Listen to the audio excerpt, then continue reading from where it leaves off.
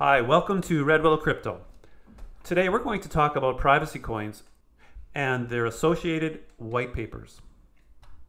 Now, if you don't know what a white paper is, we could go to Wikipedia. Usually you don't go to Wikipedia for good information, but in this case, it's just a definition. They say a white paper is a report or guide that informs readers concisely about a complex issue and presents the body's philosophy on the matter. It is meant to help readers understand an issue, solve a problem, or make a decision. If we go to thebitcamp.com, they say a white paper is the backbone of a crypto project where technical information about the project is provided and the purpose of the project is explained. It usually also includes a roadmap for the project for the next 1 to 2 years and explains why this project is different or better than its competitors. So that sounds good. So it would make sense that as an investor or as a potential investor, you should read the white paper. And if you're new into the crypto world, all the more reason.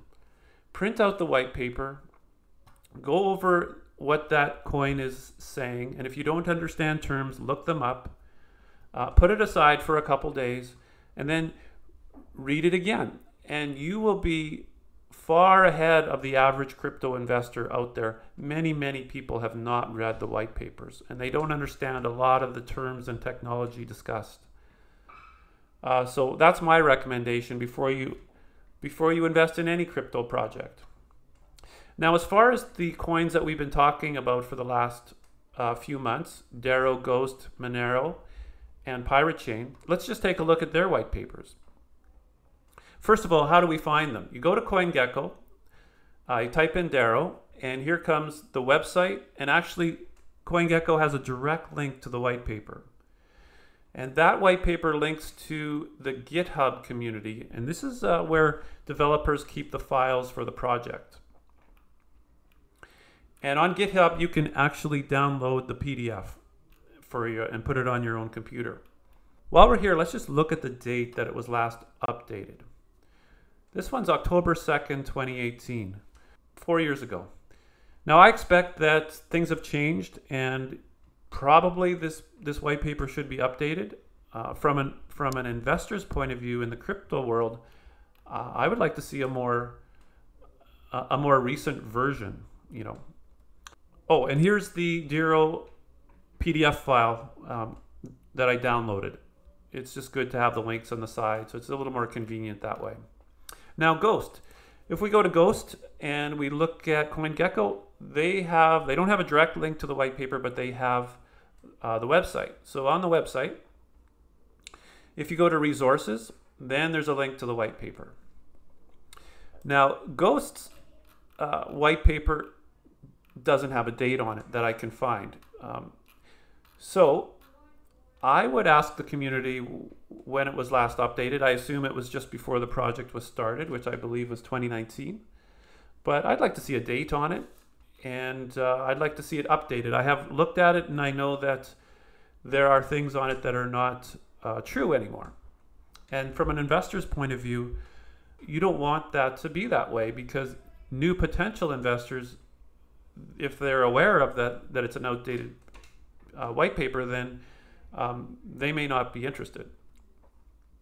And I certainly am less interested when it's not updated. Okay, Monero. Monero is interesting. If you go to CoinGecko, they do not have a direct link on CoinGecko. And if you go to their website, it's actually not obvious what it is on their website. So I had to go online or go to their Telegram group, check around, and there was a comment to Google it, Monero white paper, April 18th, 2014. So I did that, and I did find this. It's actually is in the library. It's called 0 to Monero -1-0-0 PDF. So it was on the original website, but I just didn't know that it was called this. Anyways, that one was published in 2018. So again, maybe I'm missing something, but it seems like it should be updated.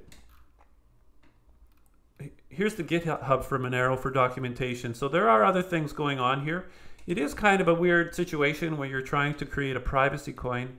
Usually your enemy or the people that you're trying to get around is the government, because they're very intrusive.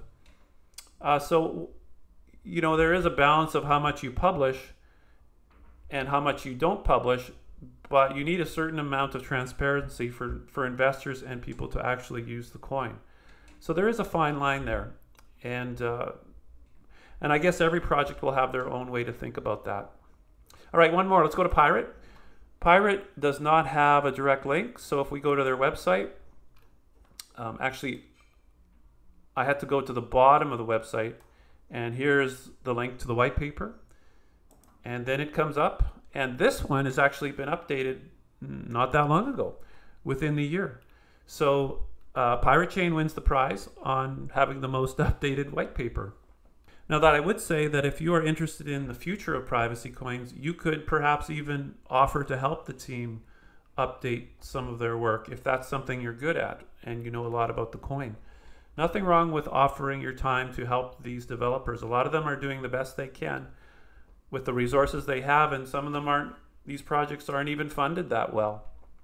So what I'm saying is hold the team accountable, but it's okay to offer help and get involved in the project if they are open to that idea. Remember, the goal is to create more adoption to all privacy coins. Work together. In general, we have a third enemy, and that should push all the privacy coin developers together and not so much against each other. I know that everybody has their own philosophy and what they believe, but we are at war, and I don't think there's really an option. That we need to work together in all ways. I don't mind someone who is big on Epic Cash or Pirate Chain or whatever they're obsessed with. That's fine, because at least they're trying to get freedom.